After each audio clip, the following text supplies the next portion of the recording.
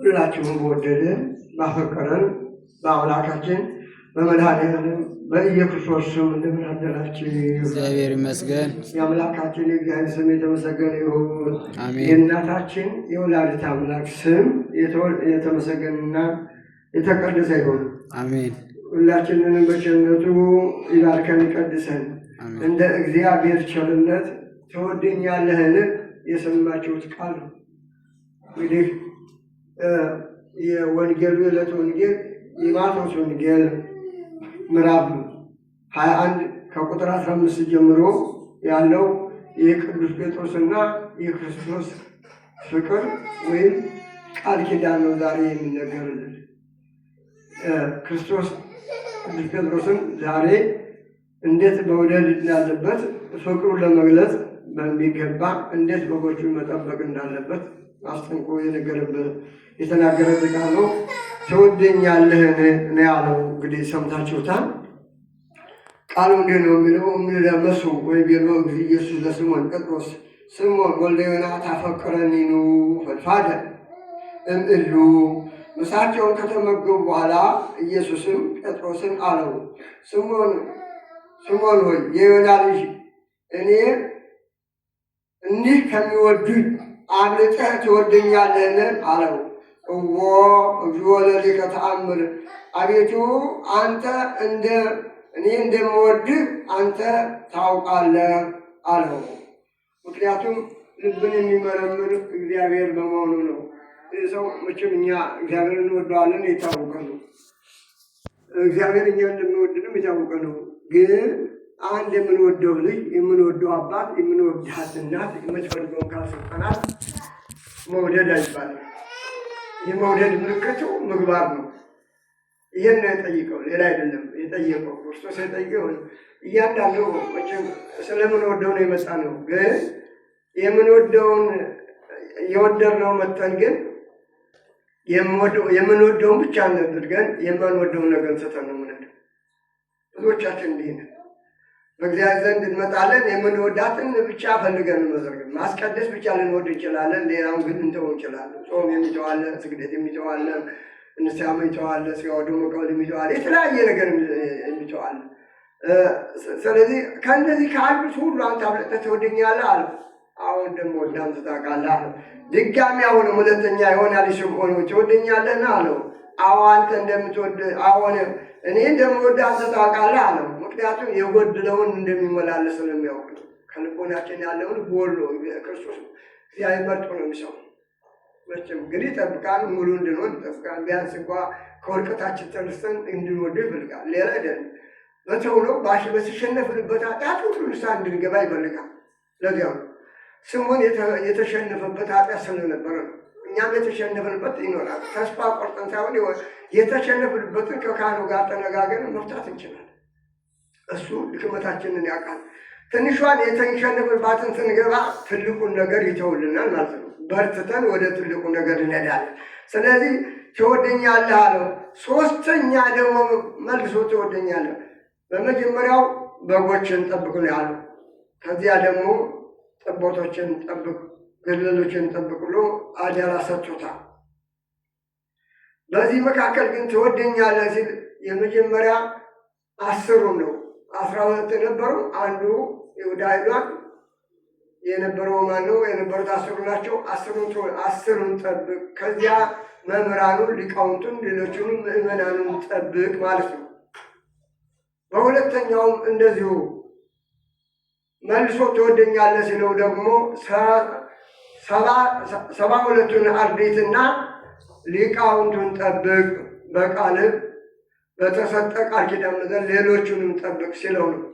ሶስተኛ ሁሉንም እንደየደረጃቸው ትወደኛለህ አለው። በሶስተኛው ግን አልጸናም።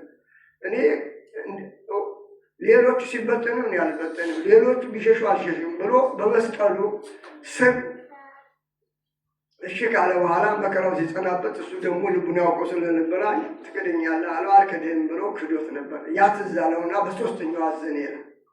ከዚያ በኋላ እሱ መልሰህ ትወደኛለህ አይዞህ አለ። አሁንም ሕፃናቱን ጠብቅ አለው። ሁሉንም ጠብቅ አለው። ከዚያ በኋላ ምንድን ነው አለው? አማን አማን ለከ ከመ ወሬዘ አንተ ለሊከ ትቀንት ሀብደከ ወጣት ሳለ በአእምሮ ስትጎለምስ መንቀሳቀስ ስትችል ወገብህን በራስህ ትታጠቃለህ። ግን ከጎለመስክ በኋላ ግን ወደ ወደድከው ትሄዳለህ። በጉልምስና ጊዜ የፈለግከው ቦታ ላይ መድረስ መውጣት መውረድ ትችላለህ። ግን ከጎለመስክ በኋላ ግን ባዕድ ያስታጥቅሃል፣ ሌላ ሰው ያስታጥቅሃል። ሰውነታችን ባዳ መሆኑ ሲያጠይቅን የቅዱስ ጴጥሮስ ክብሩን ታውቁታላችሁ። በመጨረሻዋ ደቂቃ ራሱን ደግሞ እንደ ፈጣሪው ሳይሆን ቁልቁል ስቃሌ ብሎ የሞተ ነው። ሐምሌ 5 የምናከብረው በዓል ነው እና በመጨረሻ ግን አለው ሰዎች በጉልምስና ጊዜ ራስህ ትታጠቃለህ፣ ወደ ወደድከው ትሄዳለህ አለው። አሁን ክደኸኛል፣ ነገ ግን በእኔ ወርቀሳን በአደባባይ ራስህን አሳልፈህ ትሰጣለህ፣ ስለ እኔ ቁልቁል ትሰቀላለህ፣ እጅህንም እግርህንም መላው ሰውነትህን ለእኔ ትሰጣለህ። ዛሬ ፍርሃቱ አለቀቀህ። በዓለ ሀምሳ መንፈስ ቅዱስን ከተቀበለ በኋላ እልፍ አእላፋት አሕዛብን ታሳምናለህ። ሁሉን ነገር በጥላህ ድውይ ትፈውሳለህ፣ የሞቱትንም ታስነሳለህ አለው ነው የሚለን። ሙት አስነስቷል። የሐዋርያት ሥራ ምዕራፍ 5 ላይ በጥላው ቅዱስ ጴጥሮስ በሚያልፍበት ጊዜ በጥላው ብዙ ሰዎች ተፈውሰዋል። መቼም ሌሎቹ እንግዲህ ከእኛ የተለዩ ሰዎች እንዲሁ አያድንም፣ እኛ እናድናለን ሊሉ ይችላል። ግን ከዚህ በላይ በጥላ ከማዳን በላይ ሌላ የለም። የሞተችውንም አስነስቷል ቅዱስ ጴጥሮስ። በኋላ እንዲህ ትሆናለህ ሲለው ነው ቅዱስ ጴጥሮስ ይህን ክብር ታገኛለህ። በዓለ ሀምሳ በደረሰ ጊዜ በአንድ ጊዜ ነው ቅዱስ ጴጥሮስ 8,000 ሕዝብ በተከታታይ ያሳምነው። ሐናንያና አሰጵዳ የሚባሉ ሁለቱ ሰዎች የሐዋርያት ሥራ ምዕራፍ 5 የምናገኛቸው ሰዎች ሁለቱ ከማህበሩ ብዙ ሰው ንብረቱን ያለውን ነገር ሁሉ ለድሃ እየሰጠ ከሐዋርያት እግር ያለችውን ጥቂት 10 በኩራቱን ብቻ ይዞ እየመጣ ከሐዋርያት እግር እያደረገ ሁሉም እየመጣ ሲያምን ሁለቱ ከቤት ቁጭ ብለው ተማከሩ ይለናል መጽሐፉ። አቤታቸው ምን ብለው የተማከሩት? ሁለቱ ውጭ ብለው ሲማከሩ በል መቼስ የማዕበል ሊበተን ይችላል አይታወቅም።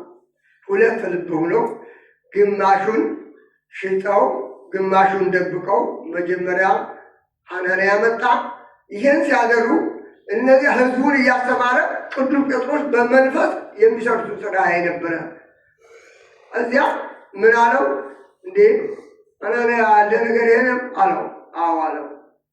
እንዴት መንፈስ ቅዱስን ታታልልን ባልነገረ አለው። በል ከዚያ በኋላ ሞተ ይለናል። ወመጽአት እምድኅረ 3 ሰዓት ወያይ መረት ዘኮነት ምታ። ባሏ ምን እንደሆነ አታውቅም ነበርና ከ3 ሰዓት በኋላ ሚስቱ መጣች ይላል። ባልሽን አንቺስ ንብረት አልነበራችሁም አላት። አይ የለንም አለች። በባልሽን የቀበርሽው ውጭ ቁሟን አላት። እሷም ወዲያው ሞተች ይላል። በዚህ ቅዱስ ጴጥሮስ ተፈርቷል። በቃ ሁሉንም ነገር አድርጉ። ስለዚህ ይሄ ቅዱስ ጴጥሮስ ይህም ሁሉ የሚያደርግ ነው። መጀመሪያ ባለማወቅ ይሄን ታደርጋለህ አለው። ከዚያ በኋላ ከጎለመስኩ በኋላ ግን የኔ መከራ ትቀበላለህ አለው። መከራውን ተቀብሏል። ባዕድ አለው። አንድም ባዕድ መንፈስ ቅዱስን ስትቀበል ሙሉ ትሆናለህ። 12ቱን ሐዋርያት ይሁዳ ጨምሮ 11ዱን ታስተዳድራለህ። ሊቃውንቱን፣ ሕዝቡን፣ አሕዛቡን ታሳምናለህ። የምትናገረው ሁሉ በሰው ዘንድ የተገለጸ ይሆናል። የምትናገረው የአንደበት ቃል የሰውን ልብ ይሰብራል፣ ብዙዎችን ወደ እኔ ያመጣል አለው ይለናል። ባዕድ መንፈስ ቅዱስን ባዕድ አለው። መንፈስ ቅዱስን እስከሚቀበሉ ድረስ ባዕድ ነው። ከተቀበሉት በኋላ ግን ነፋስ ወደ ወደደው ይነፍሳል፣ ድምፁን ትሰማለህ። ወዴት እንደመጣ ወዴት እንደሚሄድ አታውቅም ብሎ ክርስቶስ እንደተናገረ ሁሉ መንፈስ ቅዱስ ሲሞላ አሁን እንደሚሉት ሳይሆን መንፈስ ቅዱስ በሐዋርያት ላይ ሲያድር በ72 ቋንቋ ነው የተናገሩት በበዓለ ሀምሳ። ይህን ሽልማት እሰጥሃለሁ፣ ከዚያ በኋላ ጠንካራ ትሆናለህ አለው ቅዱስ ጴጥሮስን። ስለዚህ ይህን አደራ ነው የሰጠው። ዛሬ ቅዱስ ጴጥሮስን እንዴት እንደሆነ የሁላችን ጥያቄ የሰውነታችን የልቡናችን ጥያቄ አባቶቻችን የሚያስተምሩን የቅዱስ ጴጥሮስን ጥንካሬ እንዴት እንውሰድ ነው። ግን ቅዱስ ጴጥሮስ መሆን እንኳ ቢያቅተን ንስሐ መግባት ቀላሉ ነገር እንዴት እዚህ ቅድም አንደኛው ዲያቆን ያነበበላቸው ሌላ ላይ ወደ ሮሜ ሰዎች የቅዱስ ጳውሎስ መልእክት ምዕራፍ 6 ቁጥር 1 ላይ እንግዲህ ምን እንላለን? ጸጋ እንዲበዛ በኃጢአት ጸንተን እንኑር እንጂ አይደለም። እንግዲህ ምን እንላለን? ጸጋ እንዲበዛ በኃጢአት ጸንተን እንኑርን አይደለም። ለኃጢአት የሞትን እኛ ወደፊት እንዴት አድርገን እንኖራለን? ወይስ ከክርስቶስ ኢየሱስ ጋር አንድ እንሆን ዘንድ የተጠመቅን ሁላችን ከሞቱ ጋር አንድ እንሆን ዘንድ እንደተጠመቅን አታውቁምን? አሁን እንደሰማችሁት ለኃጢአት ሞተን ለጽድቅ ተገዝተን እንኑር እንጂ እንግዲህ ምን እንላለን ያለ ቅዱስ ጳውሎስ ይጠይቃል። ይሄኛውን ወስዶ ነው የተናገሩ ቅዱስ ጳውሎስ። እንግዲህ አሁን ለኃጢአት የሞቱ ሰዎች ነው የነበሩ አባቶቻችን። ለኃጢአት የሞቱ ነበር። ለኃጢአት ሞተው ለጽድቅ የተገዙ አባቶች ነበሩ። ያው እንግዲህ ብንኖርም ለእግዚአብሔር ብንሞትም ለእግዚአብሔር ብንኖርም ብንሞትም ለእግዚአብሔር ነን ይላል ቅዱስ ጳውሎስ። ብንኖርም ስለዚህ የቅዱስ ጴጥሮስ ኑሮ የሐዋርያት ኑሮ ይህን ነበር ያደረገው። የእነሱ አይደለም የሚያስጨንቀው፣ የእነሱ ሳይሆን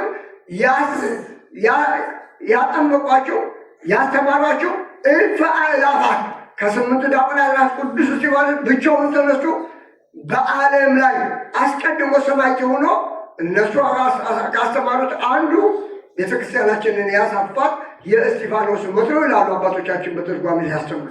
ስለዚህ እንግዲህ ለሰውነታችን ምን ብለን እንንገረው? ቅድም ዲያቆኑ 106 ቁጥር 16 አረው ምንድን ነው ዲያቆኑ ምን ነበር ያለው?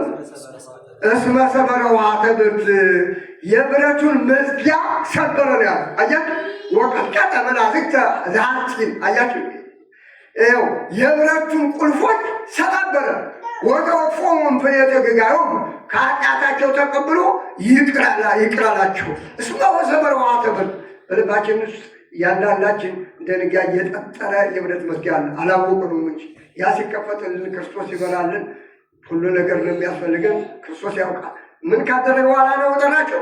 ምሳ ካበላ በኋላ ነው ይላል። ምሳ ካለ ባለፈው ሳምንት ታስታውሱ እንደሆነ ካሁን በኋላ በሩን ዘግታችሁ ተቀመጡ፣ የትም እንዳትንቀሳቀሱ ብሏቸው ምግቡንም ሁሉ ነገር እኔ እሰጣቸዋለሁ ብሏቸው፣ እነሱ ግን ሌሊት አሳር ያጥምዱ ሄዱ። ማንም ሳይጠይቁ ራሱን ሳይጠይቁ ሄዱ። ግን የእሱን ፈቃድ ስላልጠየቁ ሙሉ ሌሊት ለፉ፣ አላገኙም። ጠዋት ሄዴና ሊያጸናቸው ሄዴና የሚበላላቸው አላቸው የለንም። ሙሉ ሌሊት እንደግማሉ ምንም አላገኘም። በቃኝ በኩል ጣሉት አላቸው። በቃኝ በኩል ጣሉት። አሁን የሁላችን ችግር ልጆቻችን እግዚአብሔርን ትዘንሰልብልን። በእውነቱ እግዚአብሔርን አስቀድመን ምንል ሱቁ ይባረካል፣ የሰራነው ይባረካል። አስራት በኩራት ብናወጣ ያለን በቀዳዳ ፊት አይሆንም፣ ለሌባ አተላልፎ አይሰጥም ወይ ለሕክምና። እሱ እኮ ስለማናውቀው ነው እንጂ ያስቀምጥነው ሁሉ አስራት በኩራት ያልወጣበት ገንዘብ የኛ አይደለም፣ እግዚአብሔር ነው። እንኳን እሱ እኛ የእሱ ነን፣ እኛ የእሱ ነን አይደል? እኛ የእሱ ነን። ስለዚህ አላስቀምጡ። የተዘጋውን የብረት መዝጊያ ምን አደረገው? ከፈተው። የብረቱን ቁልፍ ሰባበረው። እስከነ ኃጢአታቸው ተቀብላቸው። የሐዋርያት ሥራ ምዕራፍ 12 ላይ እንዳየነው ቅዱስ ጴጥሮስን የዮሐንስን አንገት ቆርጦ ቅዱስ ጴጥሮስን ወጥቶ ወስዶ የከተተው ምንድነው ትርጓሜ የሚለው?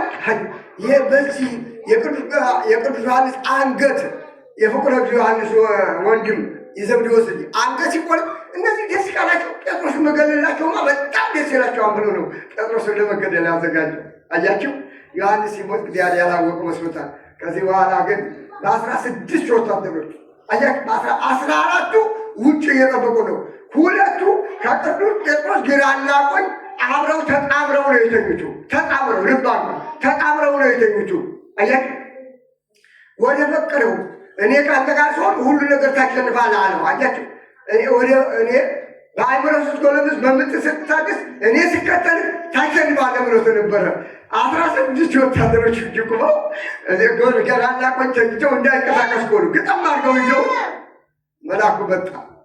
አያችሁ ጎን እንደው የእነሱ ትርጓሜ የእነሱን ልብስ አልብሰውት ነበር። የእሱን ልብስ ለብሶ ሲወጣ የውጭ ዘበኞቹ እንዳውቁት ልብስ ቀይሮ እንዳይወጣ የእነሱን ልብስ አሁን ልብሶቱ ነበር። ከዚያ በኋላ ቀስ አድርገና ጎኑን ነካና ቀሰቀሰውና በል ልበሳ ልብስህን ቀይራል፣ የእነሱ ልብስ አውልቅና የራስህን ልብስ ልበሳለሁ፣ ጫማህን አድርጋለሁ። ይዞት ወጣ። ሰንሰለቱ እንደ ውሃ ከእጁ ወደቀ። እሱ የታሰርንበት ሰንሰለት አለ እኮ ያጣ ሰንሰለት አለ እኮ። ኧረ እንርሳው። የቅዱስ ጴጥሮስን ሰንሰለት ያወለቀ እኛን የሚያወልቀ ልጆቼ በኃጢአት ብንታሰር እኮ ብናውቀው እኮ ቢሆን ገዳም ባይሆን ደግሞ እዚህ ተቀምጠን እኮ ከተመቻቸ አገር ቁጭ ብለን አባታች ፊት ለፊት ተቆርሰው እንዳቆድ በላለን። 48 ዓመት ያኛውን እያኘክን ስኳር በሽታ የሚያመጣውን እያችን ደም ፕሬሸር የሚያመጣውን እያችን እየበላ ይሄኛውን በነፃ መብላት ያቃተን እኛ እኮ ነን። አሁን ከዚህ በላይ ድል ምን አለ? ከዚህ ላይ መታሰር ምን አለ? ራሳችንን አስረን እኮ የተቀመጥነው። አፋችን ታስሯል፣ እንዳንጸልይ እንዳንሰጥ እጃችን ታስሯል፣ ቤተክርስቲያን እንዳንመጣ እግራችን ታስሯል፣ ይቅር እንዳንባባል ልባችን ታስሯል። ምን ያላል? ንስሐ እንዳንገባ አእምሯችን ታስሯል። የእግዚአብሔር ልጆች ከዚህ እስራት እንፈታ እንጂ ቅዱስ ጴጥሮስን ፈታ። ሰንሰለቱ እጁ ወደቀ። ከዚያ ወደ ውጭ ወጡ። ሁለተኛውን በር ሲሄድ ትልቅ የተዘጋ በር፣ ወታደሮች ማለት ሁሉም ተኝተዋል። አላየም። ከጎኑ የተቀመጡት እግዚአብሔር ያደርጋል። አያቸው ብዙ ሊያስሩን የፈለጉ በግርጋ በቀኝ የሚጠብቁን ሽጉጥ ይዘው የሚጠብቁ ሱቅ ላይ ሊመጡ የፈለጉ ሰዎች እኮ እኛ ስላልሰማን ስላላየን ነው። የእግዚአብሔር ብዙ ቀን እኮ ይዞናል። አምልጣቸው አታውቅም። ይዞናል። እያየንም አምልጠናል፣ ሳናይም አምልጠናል። ይዞልንም አይዝልን ማያቸው አደለ ወንድሞቻችን። አሁን ውጡ ተመልስቃቸው። አሁን ወላጅ አሁን ልጆች ያሏቸው ሱቅ ኪራይ፣ ቤት ኪራይ፣ ትምህርት ቤት ኪራይ ያለባቸው ምንድን ነው መሆኑቱ? የእግዚአብሔር ልጆች እንዲህ ያደርጋል እኮ እግዚአብሔር። እንዲህ ማድረግ ይችላል እኮ። እንስሳ ማድረግ ይችላል እኮ። ወደ እንስሳ መቀየር ይችላል እኮ እግዚአብሔር ልጆች። እንዲህ ነው በኃጢአት ጸንተን መኖሪያ። ከዚያ በኋላ የውጩን በራሱ ተፈቀ። የብረቱ መዝጊያ እስማ ሰበረዋ ተደርግ የብረቱ መዝጊያ ቆረጠ። ቁልፎቹን ሰባበረ። በራሱ ተከፈተ። የሚከፈት የተዘጋው በር ይከፈትልን። በራችን እንከፍተው። ግድ ያላችሁ የልባችን በር ይከፈት። እናልቅስ። ዝም ካለ ከደነደን መጥፎ ነገር በውስጣችን አለ። በእውነት ነው ነገር ስላልነገረን ሳይነገረን ሰይጣን ይወደ። ምክንያቱም ስለማንጸልይ ስለማንበረከት እግዚአብሔርን ስለማንጠይቀው ልባችን ስለደነዘዘ ትወደኛለህ እያለ አንወድም። ትወደኛለህ ድክመታችንን ንገረው። እንደምወዳት ታውቃለህ። ድክመቴንም አንተ ታውቃለህ እኮ ነው። እኔ ሰባር እኮ ነኝ ብለን በራሳችን እንዳንመካ እኮ ነው። አንተ ታውቃለህ እንበለው እስኪ። እንደምትወደኝ አንተ ታውቃለህ ብለን እናውቃለን። እኔ እኮ ቆራቢ ነኝ፣ እኔ እኮ ምጽዋለሁ፣ እኔ እኮ ጸልያለሁ፣ እኔ እኮ ሰግዳለሁ፣ እኔ መጸውታለሁ እኮ 12 ክራት አወጣለሁ እኮ እንደኔ አይነት ሰው የለም ብለን እናውቃለን እኮ። ለልባችን ምን እንነግረዋለን? ባዶነታችንን ንገረው ለመድኃኒዓለም። ግድ የላችሁም። ባዶነታችሁን መነግራችሁ ታጣቀው ንገሮች ብንነግረው እንደምትወደኝ አንተ እንደምወደህ አንተ ታውቃለህ። የጎደለኝን አንተ ሙላው እኮ ነው አይደል? አዎ እወድሃለሁ። ወደ እንዴ ምን ሊለው አልወደም። እንዴት ትወደኛለህ ብለህ ትጠይቅኛለህ? ነው ምን ነው እኮ እኛ ምን እንዴት ጥያቄ ታቀርባለህ አይደል? እንደራሴ ሆኖ ቀኝ እጅ ሆኖ ደቀ መዝሙር እንዴት ጥያቄ ትጠይቀኛለህ? አንን አሁን ትወደኛለህ በየመጠየቀው አባ ምን ማለት ነው? ከኔ የፈለጉት ነገር አለ። ትወደኛለህ እንዴት ጥያቄ አይጠይቅም ጭራሽ። አረ ይጠይቃል። ግድላቸው ይጠይቃል። ልባችሁ መዋደድ በልባችን እንጂ በአፋችን አይሆን። ይኸው አሁን የነገርኳችሁን ሰምታችሁ የለ እንግዲህ አቃጸንተን እንኖር እንጂ አይደለም። ሞቱን በሚመስል ከእሱ ጋር ከተባበር ትንሣኤውን በሚመስል ትንሣኤ ከእሱ ጋር እንተባበራለን እኮ ያለው። ሞቱን በሚመስል ምንማ ለኃጢአት ምጠን ለጽድቅን ሞቱን ምን አይነት ምድር ቅዱስ ጴጥሮስ በሞቱ መሰለው አይደል? በሞቱ መሰለው እኮ አያችሁ። እኔ ይቅርብኝ አለ ቅዱስ ጴጥሮስ። ይቅርብኝ እንደ ፈጣሪያት ክብሬ እንደሱ አይገባኝም። እኔ ዓለምን ሊያድን ከመጣው ጋር አልሰቀልም። እኔም ቁልቁል ስቀሉኝ። የኔ ኃጢአቴ ብዙ ነው። በዕለተ ስቅለት ክጄዋለሁ፣ በደል ሰርቻለሁ፣ ኃጢአቴን ፈጣሪ አሳዝኜዋለሁ። እባካችሁ እባክህ እንግዲህ ይቅር በል። እኔ ቁልቁል ልሰቀላልና ቁልቁል ተሰቀል። የእግዚአብሔር ልጅ እኔና እናንተ ትወደኛለህ ብለን እናውቃለን። አይነት ትወደኛለህ ብሎ ቢጠይቀን ምንድን ነው መልሳችን? ምንድን ነው መልሳችን ሊሆን የሚችለው? ምንድን ነው የሰማነው? በዘር ልቦናችን ያሳደርብን የእመቤታችን አማላጅነት ላይ ይቆየን። ወስብሐት ለእግዚአብሔር።